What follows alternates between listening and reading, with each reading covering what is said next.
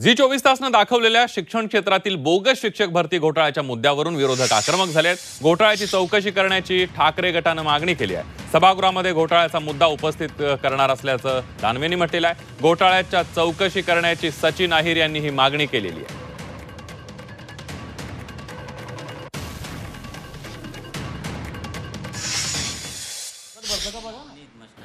माझ्या कानावर जे आलंय की त्या संस्था चालकालाच माहिती नाही की आपल्या शाळेत शिक्षक कोण आहे आणि कोणती मधली यंत्रणा अशा पद्धतीनं बोगस शिक्षक दाखवते आणि त्यांचा पगार उचलते, अशी सुद्धा घटना ती जळगावमध्ये घडलेली आहे। जळगावमध्ये आणि अमळनेरमध्ये त्याचा अभ्यास करतोय, माझ्याकडे पेपर्स आलेले आहेत त्याचे। परंतु हे शिक्षण विभागातला हा एक प्रकारे गदारोळ आहे।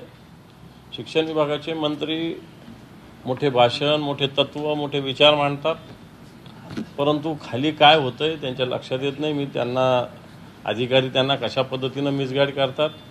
गावगाव ज्या पद्धतीनं पवित्र पोर्टलमध्ये घोटाळे झालेले आहेत, पवित्र पोर्टलचे अपॉइंटमेंट देताना सुद्धा अनेक सीओनी, अनेक अधिकाऱ्यांनी गडबड घोटाळे केलेले आहेत। मला असं वाटतं हे तर जळगावचं तर नवीनच आहे की लोकांची जुनेच लोक नवीन दाखवले त्यांनी।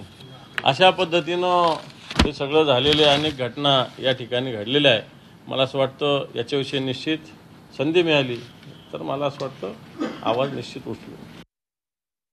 दुर्दैव आहे की अशा प्रकारे जर घोटाळे होत असतील आणि त्याला सरकार म्हणून घेऊन लगेच जाब विचारला नाही किंवा चौकशी केली नाही तर यातून अनेक लोकांना प्रेरणा मिळते। मग कोणी आम्हाला काय याच्यात वाकडा करणार नाही अशी भूमिका आहे, म्हणून तातडीने याची चौकशी व्हायला पाहिजे असं आमचं